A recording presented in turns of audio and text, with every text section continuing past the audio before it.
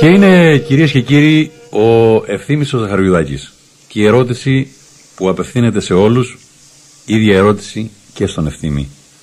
Από τις αγάπες που έκαμα, Ευθύμη, η πρώτη δεν ξεχνιέται. Μαγιάιντας.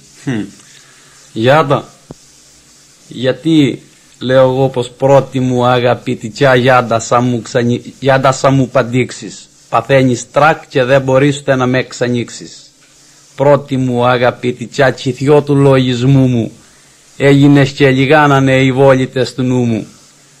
Στην πρώτη αγάπη ο άνθρωπος όλα τα θυσιάζει, γιατί από εκείνη ξεκινούν τα όνειρα που σάζει.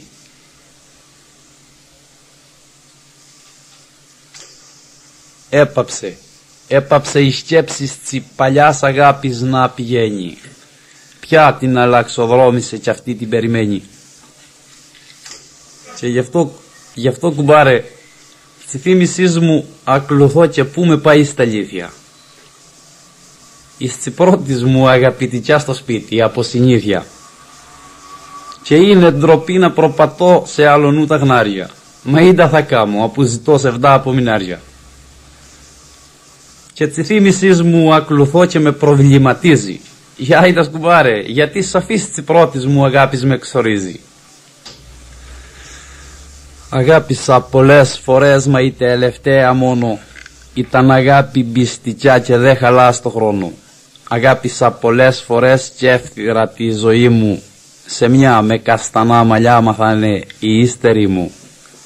Αγάπησα πολλές φορές που μου δε στο μυαλό μου. Δεν συγκρατώ τον αριθμό και λάθος δικό μου. Δεν έχω μαγική ομορφιά, μα έχω καρδιά που ξέρει. Ό,τι ζητά κάθε φιλιά πως θα το προσφέρει.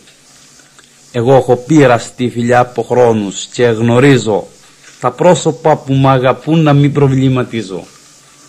Ποτέ μου δεν απέτησα κάτι το παραπάνω, να ωφεληθώ από μια φιλιά που εγώ δεν ζητώ κάνω. Πολλές αγάπες γίνονται μα γλίγορα χαλούνε, εκείνες που τον έρωτα με πίστη δεν τηρούνε. Άνθρωπος που δεν τηρεί τη φιλιά που σάσει, δύσκολο είναι τη ζωή στα τέρμενα να φτάσει.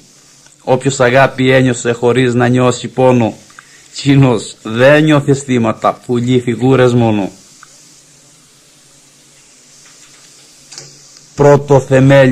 Πρώτο θεμέλιο ενούς ελδά αγάπη, αγνή της ζήσης, να μη σκεφτείς το χωρισμό ποτέ να ακολουθήσεις.